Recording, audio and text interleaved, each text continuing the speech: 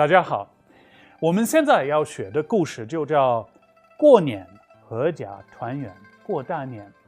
把春节这个中国人最重要的节日解释清楚是非常重要的。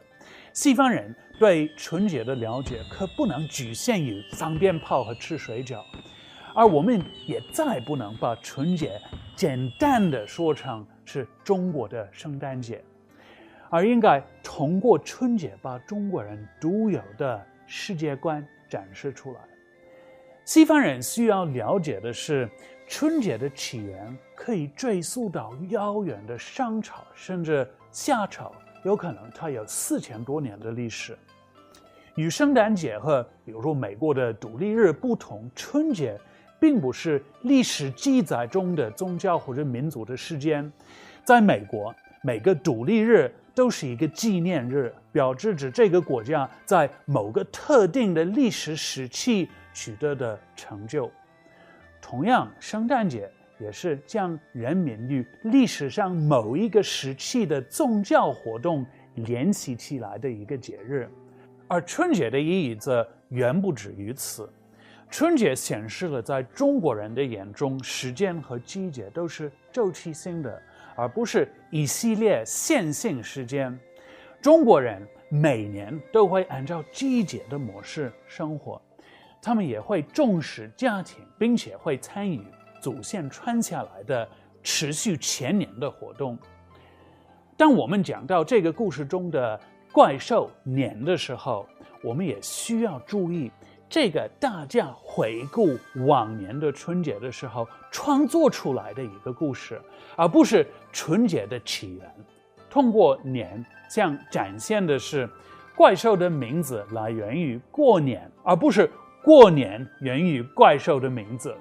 好的，下面咱们开始诵读整个故事的英文原本。Family Gathering.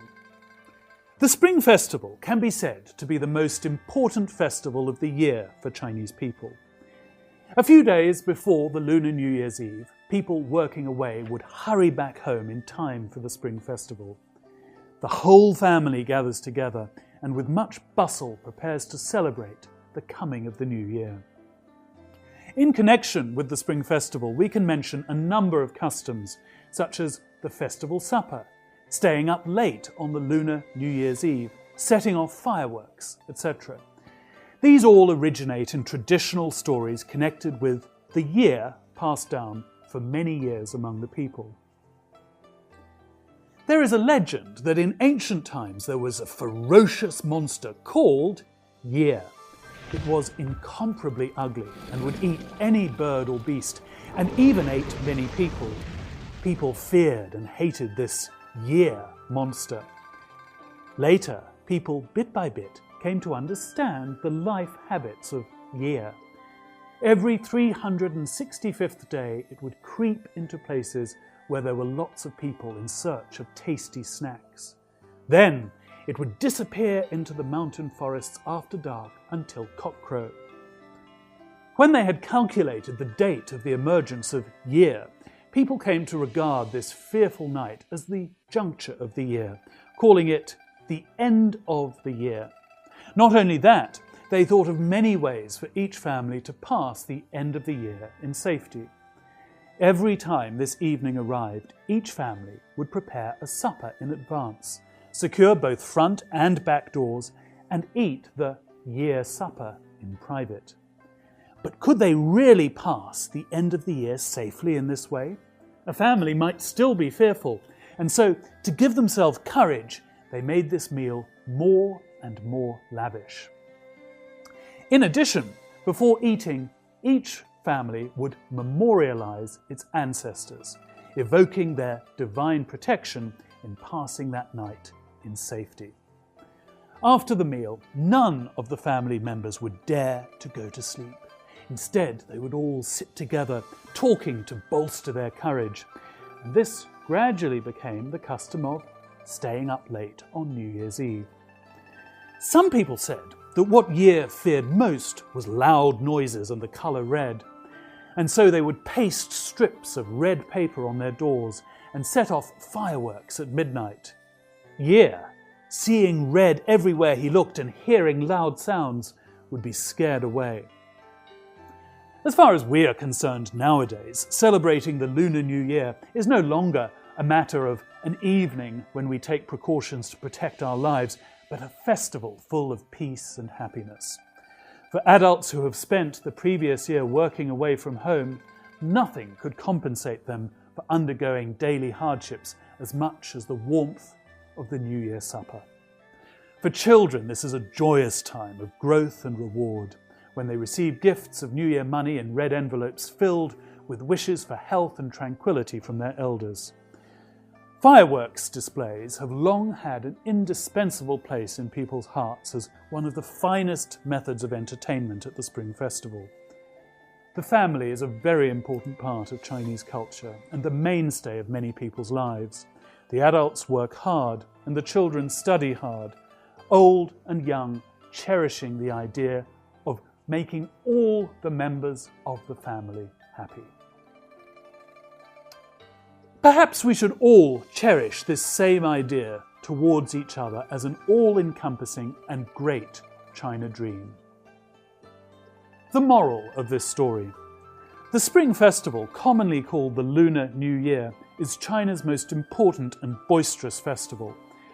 The Lunar New Year customs date from long ago. By the end of the year, everyone tries to the utmost to return home and reunite with the family, to celebrate the gains and progress they have achieved in the past year, and to express fervent wishes for happy and prosperous lives in the coming year. A saying goes, rich or poor, coming home to celebrate New Year is for sure. Okay, so you've all just heard me reading the whole of the story in English from beginning to end. 大家刚听我把整个故事的英文版从头到底朗诵了一下。那么现在我们要再练习一些诵读的技巧。So in this part of the class, what we're going to be doing is practicing some recitation skills. Now, in this class particularly, we're going to be practicing the skill of how to use your voice to convey how scary the monster Nian, or the monster year, is. But also we're going to practice using our voice to convey how scared the people were. So one is scary, the monster is scary, but the people were scared. And we need to use different tones of voice to reflect how scary the monster is and how scared the people are. When we're describing the monster, we need to let our voice convey how scary he is. We need to let our listeners feel the monster's ferociousness and scariness. When we talk about the people, we need to let our listener feel their fear. Okay. 所以在这个段落，我们要练习的是如何用我们的声音去展示年这个野兽它的恐怖。但是另外一点，我们也要练一练如何去展示普通人民对年这个野兽的恐惧感或者惧怕感，如何去用声音去反映这两种感觉，一个是野兽本身的那种恐怖，另外一个是人们对它的那种害怕的那种反应。当然也是通过强调单词，所以等一会我会从这个故事当中再念一个小小的节选。我念这个节选的时候，希望大家可以注意到我强调了哪些单词，以及我如何来强调这些单词。So I'm going to read a short passage from the long story that I read just a few moments ago. And as I read it, I want everyone to pay close attention to which words I emphasize and how I emphasize them. Okay, here goes. There is a legend that in ancient times there was a ferocious monster called Year. It was incomparably ugly and would eat any bird or beast, and even ate many people. People feared and hated this year monster. So, did you hear which words I emphasized? Well, if you said the word ferocious and the word ugly and the word feared and the word hated, then you would have been right. But you would have noticed that the way I emphasized ferocious and ugly was different from the way I emphasized feared and the way I emphasized hated. 希望大家都有注意到，我强调的4个单词是 ferocious, ugly, feared and hated. 但是这4个单词我强调的语气不一样，前2个是一种语气，后面2个是另外一种语气。那我们先来拿 ferocious 这个单词，我把它做成用在一个很短的一个句子。I saw a ferocious bear. 那么如果我仅仅强调 ferocious 这个单词，它会有这种感觉。I saw a ferocious bear. 那我确实强调了这个单词，但是我并没有把 ferocious 它的意思、它的含义，就是恐怖这个含义，我没有把这个含义传播出去。我也许可以强调它，但是带着不对的一个情绪，像这种 I saw a ferocious bear. 那我确实强调了，我也带了一种情绪，但是这个情绪跟这个单词的含义和意思是不搭配，所以我应该如何去强调这个单词？应该是这样去强调。I saw a ferocious bear. 好，大家可以来练一练。I saw a ferocious bear. Ugly 也是一个道理，因为 ugly 在不同的上下文也许会有不同的强调的方法。如果我们比如说是很可怜某一个人，他是比如说在某一个故事有一个人物是一个好人，但是他长得不好看，我们也许是可怜他。如果我们把这种人描述为 ugly， 我们肯定会带着一种同情感。但是在这个上下文，因为我们是描述一个非常恐怖的一个野兽，在这种情况下，我们还是像 ferocious 一样，要带着一种恐怖的感觉。It was incomparably ugly. 我们并不是想说 It was incomparably ugly. 所以一个要掌握好的技巧是强调单词，另外一个是你如何去强调单词。那么后面2个单词，一个是 feared， 还有一个是 hated。那第一个 feared， 基本上在任何上下文都应该有同样一种强调方法，因为 feared 的意思基本上都是一致，在任何情况下都是害怕的意思。所以我们读 feared 的时候，我们自己要带着一种害怕的感觉，我们要短短1秒钟扮演一个害怕野兽的人。所以我们要这么说 ：People feared and hated this year monster.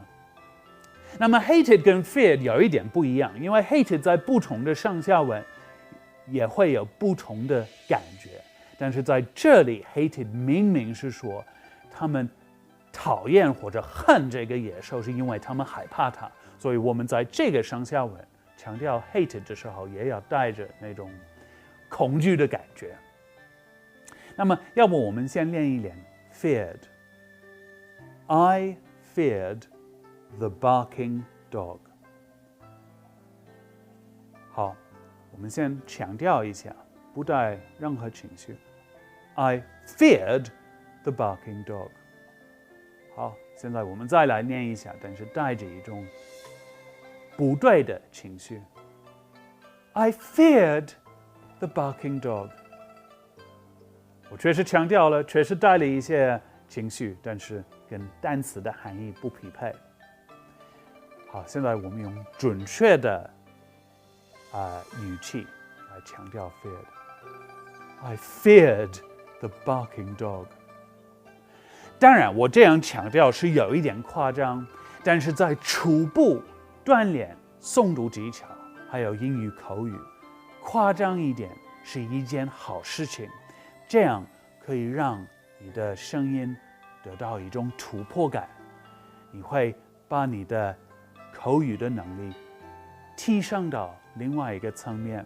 后来你可以慢慢控制一下你的那些情绪，但是开始练诵读的时候要夸张一点去练。所以我希望大家在家里都可以练 feared， 还有 ferocious， 还有 hated。 好，我们先来再读一下整个节选。 There is a legend that in ancient times there was a ferocious monster called Year. It was incomparably ugly and would eat any bird or beast and even ate many people. People feared and hated this Year monster. 好，这个小节选建议大家在家里不断地练一练，而且你可以像我一样很夸张的去背诵它，很夸张的去朗诵它。